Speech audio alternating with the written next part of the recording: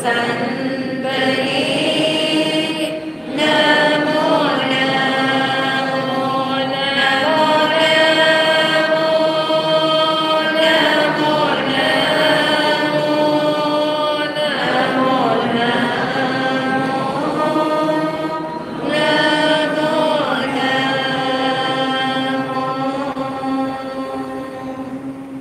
सभी की शुद्ध आत्मा को अनंत वंदन नमन।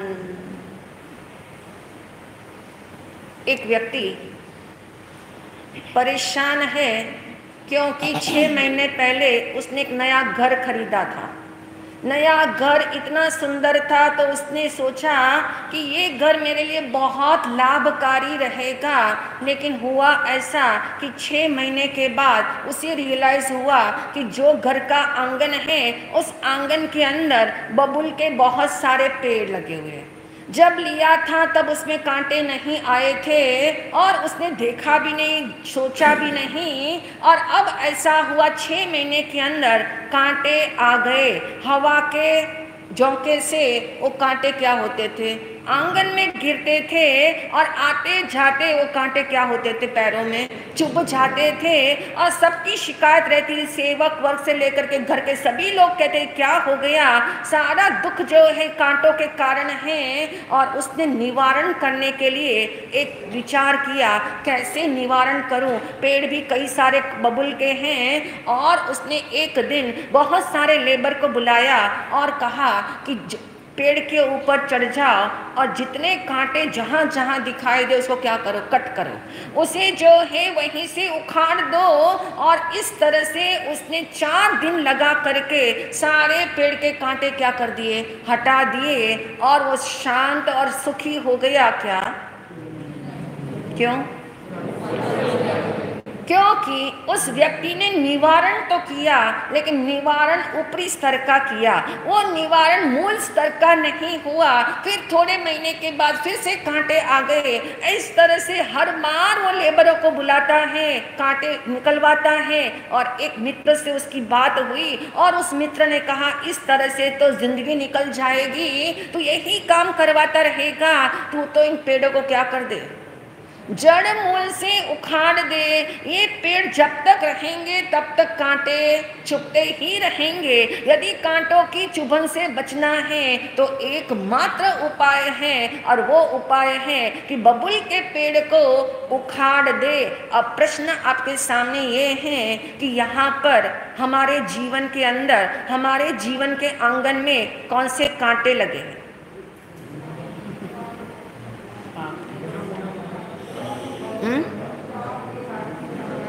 अच्छा,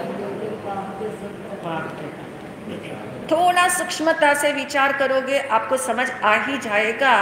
यानी एक है कांटा उगना और दूसरा है कि उस कांटे के उगने के कारण चुभन होना। अब कांटा यहाँ पे क्या है? कांटा है जीवन के अंदर मिलने वाले दुख। दुख जीवन में मिलते हैं और वो दुख चुभन देते हैं। वो दुख आपके अंदर न जाने कितनी प्रकार के स्ट्रेस और बीमारियां पैदा करते हैं। यानी जीवन में दुख का आना, दुख का होना और दुख का फील करना, ये दोनों बातें साथ साथ चल रही हैं। जीवन में दुख भी है, दुख हम फील भी करते हैं, और उसका मूल निवारण कैसे करेंगे, कैसे करो? दुख का मूल क्या है? अज्ञान। दुख का मूल बता दिया भगवान ने, पाप। और पाप को एक ही पाप है। कौन सा पाप है? मिथ्यात्व। अभी अभी आपने 6ठे अध्ययन में सुना कि आत्मा अज्ञान ही पाप है और कोई पाप नहीं। यानी स्वयं को भूल जाना ही पाप है, स्वयं का बोध नहीं रह पाना ही पाप है। और ये जब तक पाप रहेगा तब तक दुख भी दुखों को इन्विटेशन रहेगा। जब तक ये मिथ्यात्व नाम का पाप है तब तक दुख आते ही रहेंगे, और दुख जब आते हैं व्यक्ति दुखी होता है, तब उसे रियलाइज नहीं होता कि दुख का मूल का निवारण करना चाहिए। ये दुख का मूल जो है वो आत्म अज्ञान है, वो मिथ्यात्व है, उसका मुझे निवारण करना है। और इसी बात को लेकर के भगवान महावीर से किसी जिज्ञासु ने प्रश्न किया कि पाप भयंकर है या पाप का फल भयंकर है? पाप का फल क्या है? पाप का फल क्या है? दुख है। एक शब्द है पाप, दूसरा है पाप का फल दुख। दोनों में भयंकर कौन है? लगता है क्या?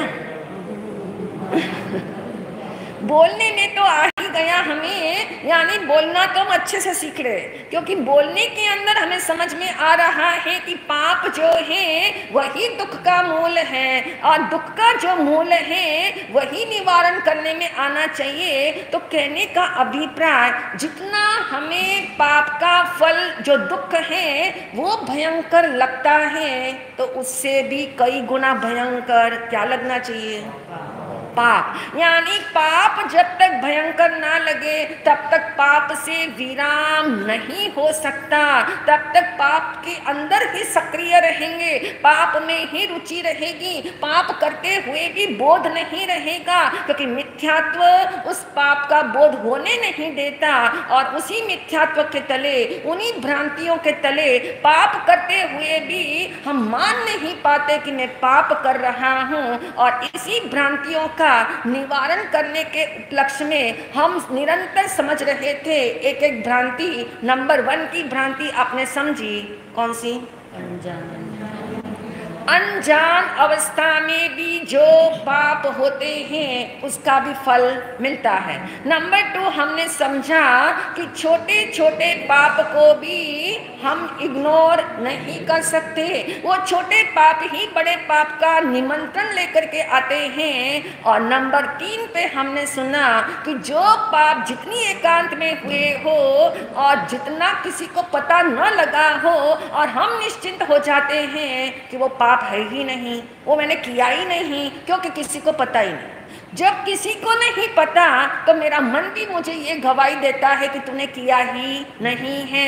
ये बात खत्म ही कर दे माइंड के अंदर से कि तूने किया है, यानी इस तरह से अंदर में बात समा जाती है कि जो पाप छिप के किया हुआ है, वो छिपे हुए पाप जो है वो पाप लगते ही नहीं है। नंबर 4,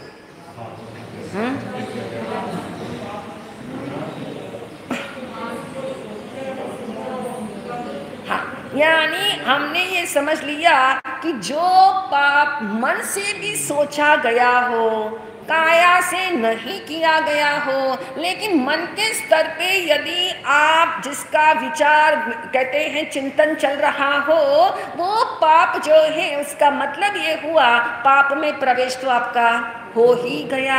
भले ही क्रिया के रूप में नहीं हो पाया, कई सारी मजबूरियां थी कि क्रिया के रूप में नहीं हो सका, कई सारे अंतराय कर्म ऐसे बीच में जिसको आप कहते हो आ गए कि आप उसे कार्यान्वित नहीं कर पाए, बात अलग है, लेकिन पाप में प्रवेश तो हो ही गया।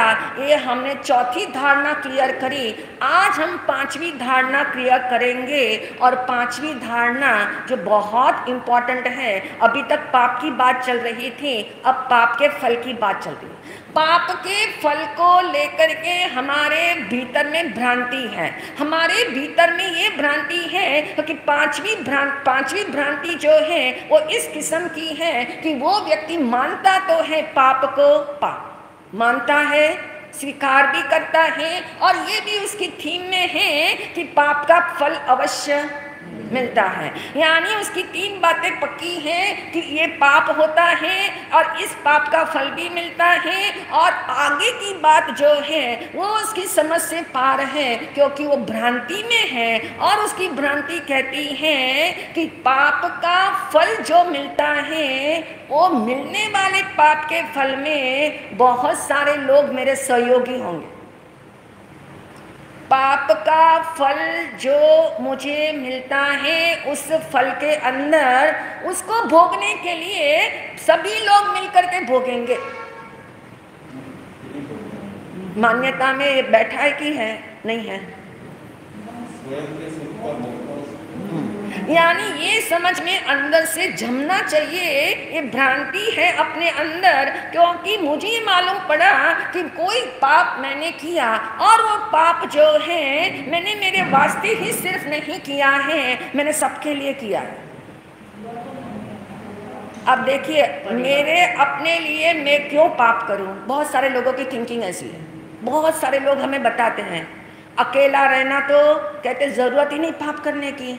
जब किसी के बीच में रहना है, परिवार के साथ रहना है, परिवार के दायित्व को निभाना है, परिवार के जो दायित्व के साथ जो जो करना पड़ता है उसके लिए नानाविध प्रकार के पाप किए जाते हैं। और फिर हम सोचे में पाप से विराम हो, लेकिन पाप से विराम इसलिए नहीं हो पाता क्योंकि हमारी भ्रांति ये कहती है ये पाप जो किए हैं मैंने मेरे वास्ते नहीं किए, परिवार के लिए किए हैं, तो हम सब मिलकर के क्या करेंगे? इसको भोगेंगे। जब इसका फल मिलेगा सबको मिलेगा।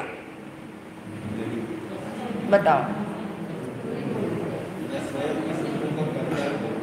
यानी अंदर में धारणा क्लियर हो जाए कि यदि अग्रणी होकर के, अग्रणी यानी प्रमुख होकर के, मान लीजिए कोई व्यक्ति घर का प्रमुख है और घर के प्रमुख होने के कारण सारे डिसीजन उसके हाथ में हैं और वो जो डिसाइड करता है सारे लोग उसको फॉलो करते हैं। अब उसके डिसीजन के अंदर कई सारी बातों का प्रभाव है, कई सारी चीजों का दबाव है और वो कोई भी पापाचरण वाली बातें सोच लेता है और ये सोच लेता है ऐसा करने से यदि हम पार हो जाएंगे तो लाभ हो जाएगा। यानी आगे होकर के जो व्यक्ति पाप करता है उसका फल जो है उसे ही आगे होकर के भोगना पड़ता है। कोई दूसरा उसका साथ नहीं दे सकता, दूसरा उसका सहयोगी नहीं बन सकता। उस पाप का जो फल दुख के रूप में मिलेगा वो उसको स्वयं ही क्या करना पड़ेगा? झेलना पड़ेगा। कोई उसका साथ नहीं दे सकता, कोई उसका सहयोगी नहीं बन सकता, कोई मार्गदर्शन दे सकता है। इससे ज्यादा, इससे अधिक कोई कुछ नहीं कर सकता। यदि ये अंदर में बैठ जाए कि मैं मेरे परिवार के लिए जो पाप करता हूं उसका फल किसको मिलेगा?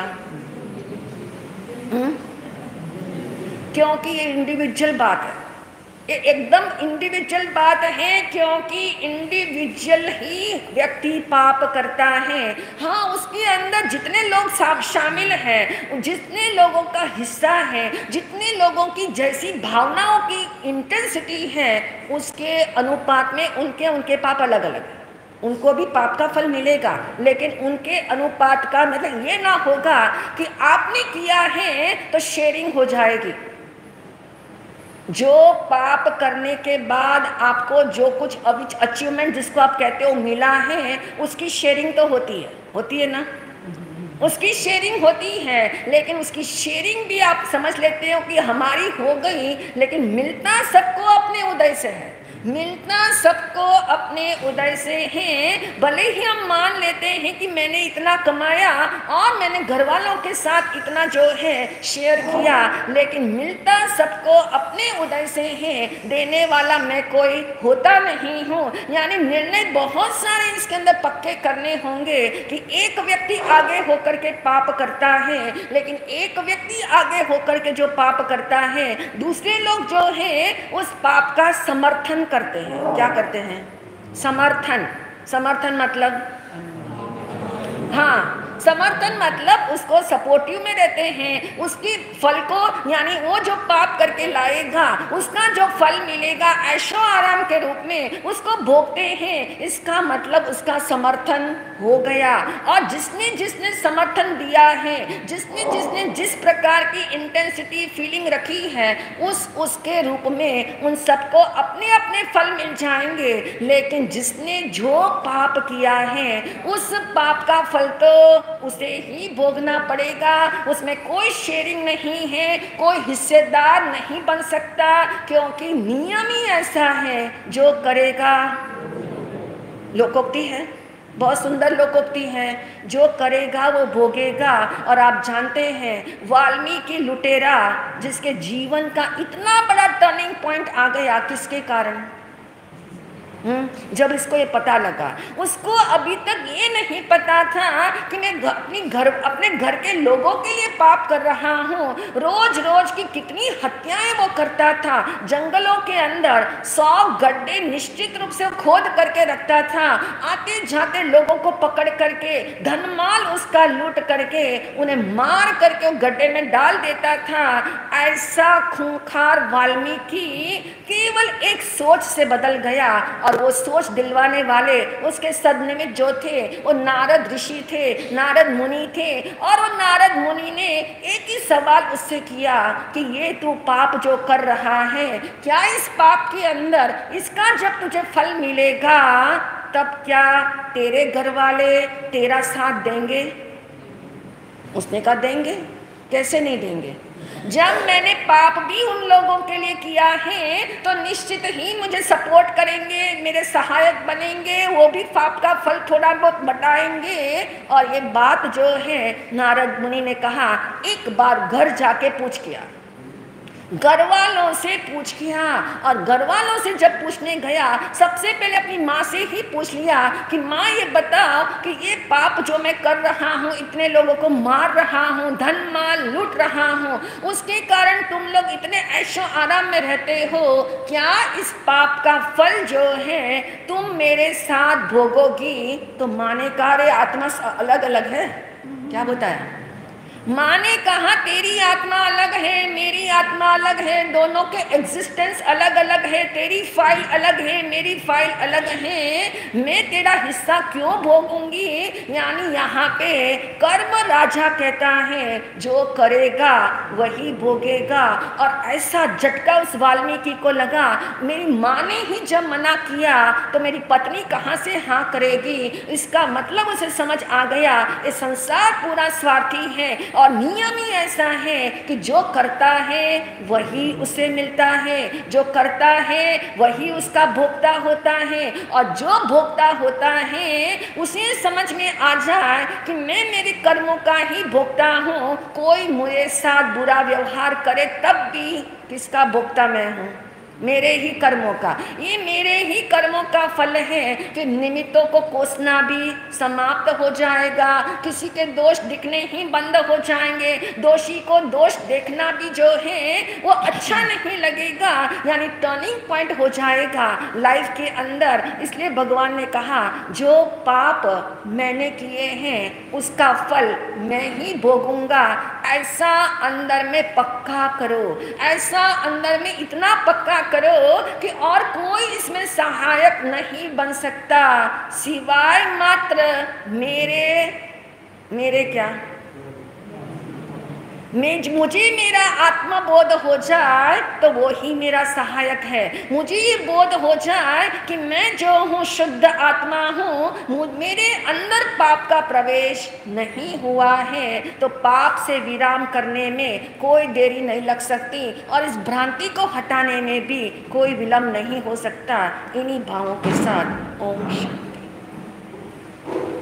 जिन वाणी सुनो और सुनाते चलो, जिन वाणी सुनो सुनाते चलो, अपना आत्म देव जगाते चलो, अपना आत्म देव जगाते। कोई पचकान करना है तो बता दे। आज के एकाष्टम ग्रंथ व्याहार का पचकान अष्टम खायमं सायमं अनखानं भोगेणं सत्साधारणं सत्समयवत्याधारणं महत्राधारणं अभूषाधारणं तस्कंते होसिले होसिले।